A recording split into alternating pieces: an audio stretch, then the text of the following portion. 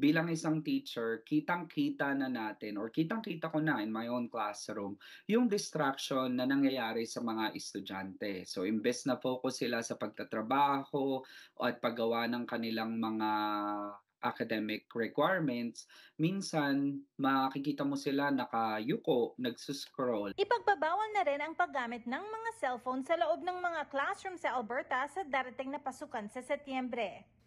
Students will no longer be permitted to use personal mobile devices during class time, and I'm further announcing that access to social media sites in schools will be restricted. Sa mga research na ibinahagi ng Education Minister ng probinsya, ang pagtaas ng cellphone o social media use sa mga eskwelahan, posible raw makakaapekto sa performance ng mga estudyante sa classroom pati na rin ang kanilang mental health. Sa distraction ng mga estudyante, nangyayari diyan, patuloy silang gumagamit ng cellphone, patuloy na gumagamit ng technology, tapos yung kanilang focus ay nawawala. Sa pagkawala ng focus na yon, hindi sila nakakasunod sa mga bagay na kailangan namang gawin sa eskwelahan at mga activities na kailangan nilang pagsunod-sunurin, na kailangan tapusin.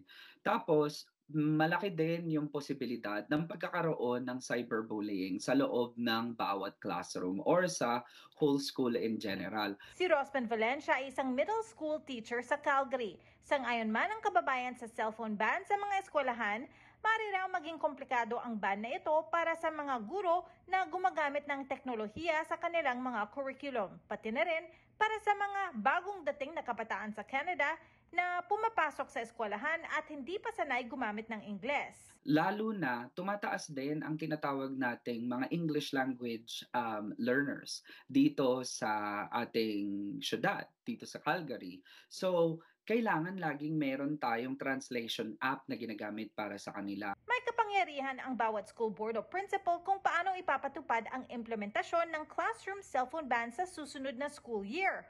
Pero ayon kay Rossman, kulang ang 2 buwan preparasyon para sa implementasyon ng bagong batas. Marami pa rin daw mga bagay tulad ng mga special learning exemptions o paggamit ng ibang teknolohiya sa classroom na kailangan linawin muna para sa mga guro, magulang at mga estudyante. Kasi ang onus o ang bigat nito mapupunta lamang sa mga teachers kasi kami ang mag-i-implement nito sa bawat classroom.